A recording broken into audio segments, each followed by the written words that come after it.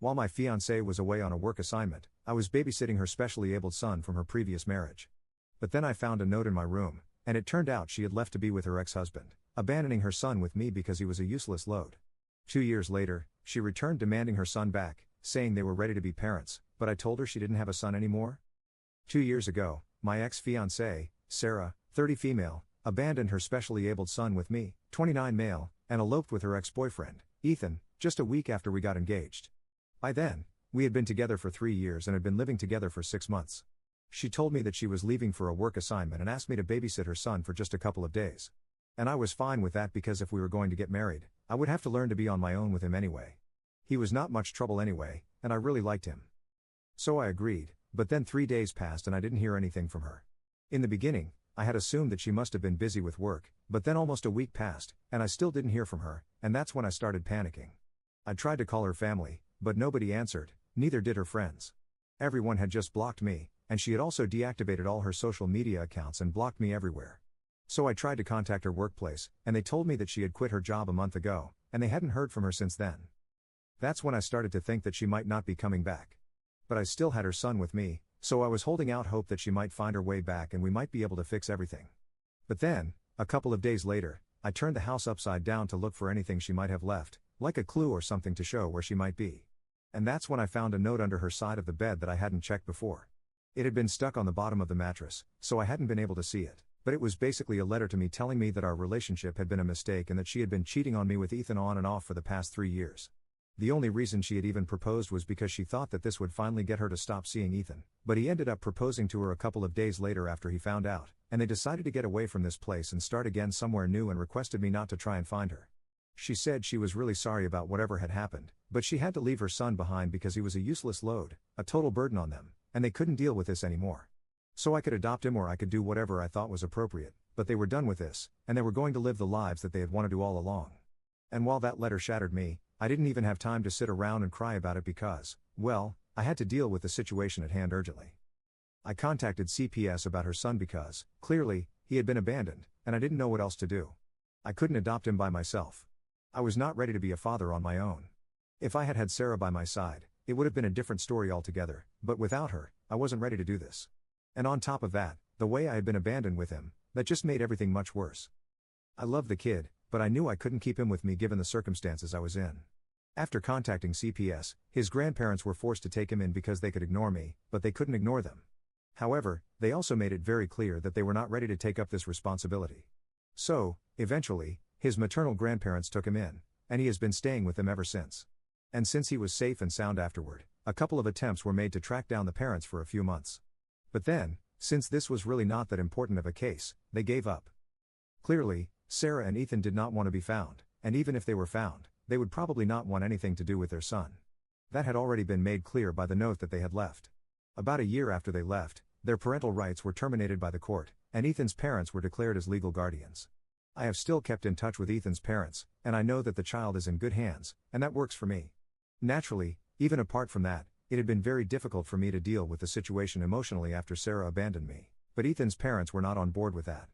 But even then, they were not okay with him marrying Sarah since neither was she very serious about her education nor did she seem to have any interest in working in the future. Sarah herself had confided in me that it was all true. She was more interested in being a musician back then, but she wasn't that talented and was definitely not cut out for that rock star kind of lifestyle. They stayed together until their son turned 1, but then Ethan started getting very upset with her because she was just jumping from one job to another, and there was no stability in her life. And at the rate she was going, there was no way his parents were going to approve of her at any point. So he dumped her, and 2 years later, she met me. And we started dating, then we got engaged, and she pretty much forgot about Ethan, and they were only in touch with regards to their son. So I never had any reason to feel insecure. She never even spoke about him much, so I thought that she was over him completely, but I guess I was wrong, which is why all of that happened. And about their son's age, he's turning 8 this year. And when they abandoned him, he was 6 years old, obviously, but he has known me since he was 3, and we did have a soft corner for each other, which is why I have kept in touch with him because after having spent 3 years of knowing him, I couldn't just cut him out of my life completely for something that his parents had done. That's why I chose to stay in touch. Update 1. Hi. So it has been a couple of days since I posted, and my parents and I are still not speaking to each other. They believe that what I did was extremely cruel, and it was apparently uncalled for. But I think what they did to me and their son 2 years ago was a lot worse. So I think this is perfect for them. If my parents cannot bring themselves to see my point, if they still think that I'm wrong, then they can continue to think that way. Hardly matters to me. I'm gonna do what I want to. And either way, I've done it already, so it makes no difference.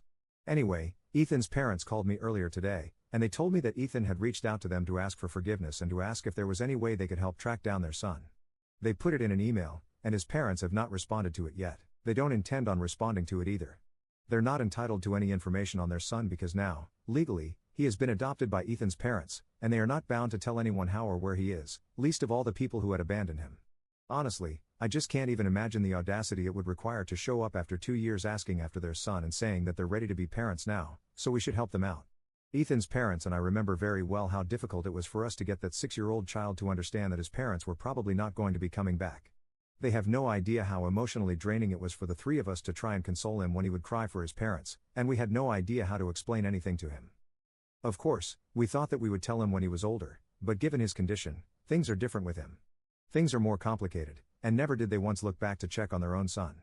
He was just 6 years old, for God's sake. I can't imagine how they brought themselves to just leave him and go away.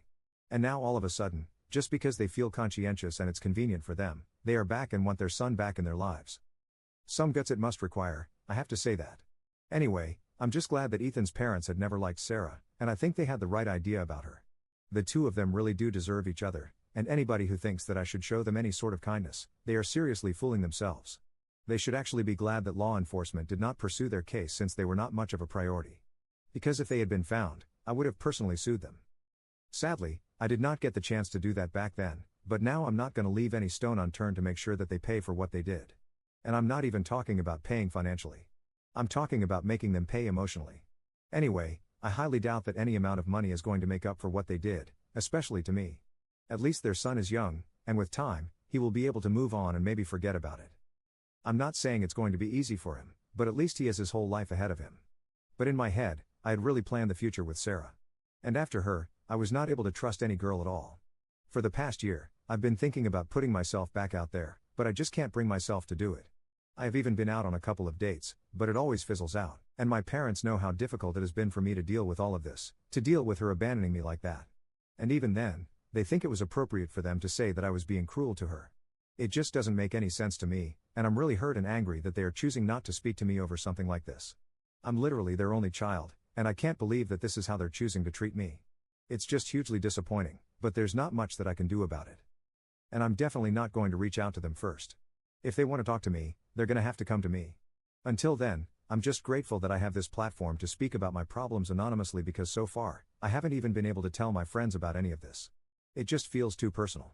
And on top of that, after the reaction I received from my parents, I don't know what to expect from anyone. I definitely don't need any extra drama right now, so I guess I'm just gonna keep it to myself for now. Update 2. So it has been a couple of days since my last update. And since Ethan's parents did not reply to his email, he decided to show up at their house uninvited. It was just him. Sarah did not accompany him.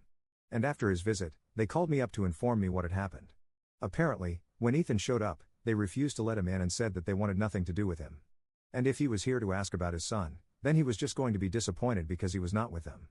Thankfully, at that point in time, he was taking a nap anyway, so there was no chance of him being found out in the house anyway. But Ethan started begging and crying and said that he knew his son had to be here and that we had all been lying to him, and he knew that he had messed up.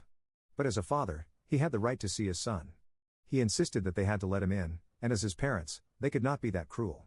So they got into a fight, and Ethan started banging on the door when they shut it, but even then his son did not wake up. And I'm really thankful for it because I think it would have been very traumatizing for him. After a while, his parents said that they would call the cops, and that's when he finally left. They called me to warn me about it because now that he had somehow figured out that his son had to be with them, they would probably try to come to me as well and try to talk me into convincing them, but that's obviously not happening. I don't even think that I'm going to entertain their visits, and I'm definitely going to call the cops as soon as they decide to show up here the next time. In all honesty, I'm beginning to think that it's probably Sarah's parents who are responsible for this. They were not really involved in the whole adoption process, but I'm guessing they must have had some idea what was happening after CPS stopped contacting them, so it must have been their guess that Sarah and Ethan's son is now with his parents because he's definitely not with me. That's for sure. And given how Sarah's parents always adored her, I'm pretty sure that they had stayed in touch with her for the past 2 years but had refused to help find them. I think all these people are just failures at being parents or even just good people in general. They really do deserve each other, and I think they should stick to each other instead of bothering us. I don't even understand why they are being so stubborn about getting back to their son. They could just have another baby now, or maybe I'm guessing that must be part of the reason why.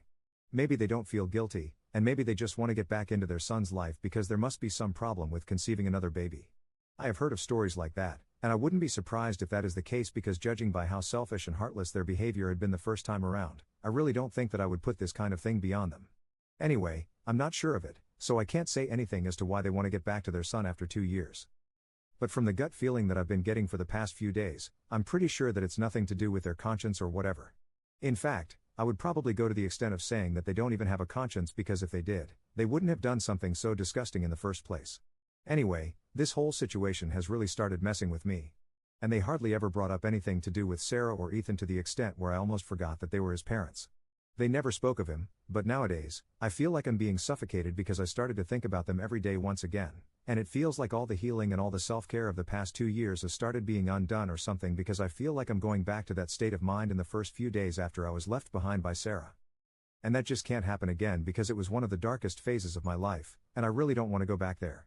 At least back then, I had my parents to support me, but this time, they're not even speaking to me. Yeah. It's been a while, and they are still not speaking to me, and I don't know what it's going to take for them to acknowledge the fact that maybe they were not exactly right. Maybe Sarah and Ethan deserve the kind of treatment that they're receiving right now. I don't understand why they're being so stubborn about this whole thing.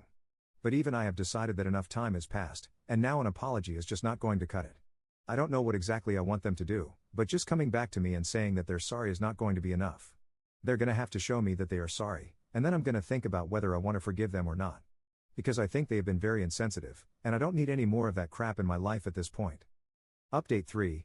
So just as Ethan's parents had predicted, 2 days after he showed up at their house, Sarah showed up at my place.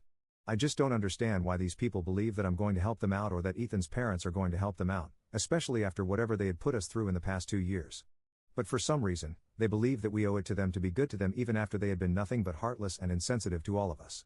Of course, just as I had expected, she showed up alone this time without Ethan, and I'm pretty sure that this is a strategy or something. They probably think that showing up with each other is going to make us even more upset. So they're trying to make it seem like she really cares about our feelings or something? I don't understand why she thinks we are such fools. But anyway, when she showed up, I instantly told her that she needed to leave, or else I would immediately call the cops. She started crying immediately, saying that she knew that she had messed up, but she had learned her lesson and said that karma had finally caught up with them. Apparently, a few months ago, Ethan had been diagnosed with testicular cancer, and they believe that this is their punishment for abandoning their son and treating us the way that they did. So they have come back now to make up for everything that they have done in the past, and they are hoping that we will forgive them so they can move on with their lives and take back their son. I don't know if the whole testicular cancer story is true or not, but it hardly made a difference to me. I told her through the door that this sob story of hers hardly made any difference to me. And if she thought that she could get me to take pity on her by saying all these things, then she was very wrong because I haven't forgotten how I felt back when she left me, and I am never going to forget that feeling for the rest of my life, thanks to the trust issues that she has given me. And neither do I feel the need to forgive her, nor do I feel the need to believe her and her stories. Even if the cancer story is true, I don't care about it because regardless of whether Ethan is suffering or not, their son is still not a toy that they can take back whenever they want to. They might have figured out where he is and with whom, but if she was here to convince me to talk to Ethan's parents and let them have him back, then she was seriously mistaken because I was not going to do anything of the sort, and my decision was final. I didn't want to hear any more. I told her that she had 30 seconds to get off my property. I already had the phone in my hand and was about to call the cops when she told me that she was finally leaving, but she needed me to know that she was not making up anything. She was telling me that whatever she had said so far, it was the truth, and she really was sorry about everything that I had to go through, that Ethan's parents had to go through. And she confirmed what I already knew, that her parents had told her that in all probability, it was probably Ethan's parents who had ended up adopting their son. And also, Ethan had already visited them, but had no luck in seeing their son even once. So they had believed that at least I would have some sympathy for them, knowing their condition, and arrange for at least one meeting between parents and son by speaking to Ethan's parents because it seems like they have taken a liking to me or something. Now, though, clearly, it was evident that I had no interest in helping them out, so she was going to leave because she had no interest in getting caught up with the cops, especially after whatever had happened in the past. But she wanted me to know that whatever she had told me about having testicular cancer, it was all true. And they had really believed that coming back here, they would be able to make amends with all of us, but, clearly, we are not open to it. She told me that Ethan hadn't brought up anything about it when he had tried to visit his parents because he did not want them to worry too much. But now she didn't think that they would worry anyway. So she told me to tell them about it, and that was the least that she could ask of me. This was one last favor that I could do for them, but if I didn't even want to do that, that was fine with her as well. And within the next week, they would be flying back home and would never bother us again for the rest of their lives. Then she left, and I didn't even have to call the cops. And I don't know what to do with myself either now, to be frank. I just felt like I had to get this all off my chest. And now I guess I'll have to make a decision about whether I should talk to Ethan's parents about what I was told or not. Eventually, I guess I'll have to do that anyway, so let's just see where this goes. Update 4. So it's the end of the week now. If Ethan and Laura had stuck to what they had said about leaving, then they would have probably already gone back home. After my last conversation with Laura, there were no further attempts to get in touch with us, and I did speak to Ethan's parents about whatever I was told. I told them all about the testicular cancer, and while they looked very shocked and unhappy about it, they said that they were not going to get back in touch with him, at least not right now, because their grandson needed them more than he did, and maybe in the future they would think about it. But for now, it was just too fresh and raw to think about it. Besides, there was no proof of it apart from Laura's word, and I hate to cheapen the experience of any cancer survivor, but I really don't think that my opinion of these two is high enough to say that they would be above using something like this to make me sympathetic towards them and get back in touch with them or something. So for now, we are going back to our normal lives with one exception. My parents are still not speaking to me, but I guess I'm gonna get used to it. Thankfully, I did speak about whatever I was going through to a bunch of my friends, and luckily, they were all on my side. All of them were very upset with my parents for reacting the way that they did and said that I was right to cut them off. So now I'm not gonna worry about anybody else. I'm just gonna focus on my own mental health and try to undo all the damage that has been done to it in the past couple of weeks.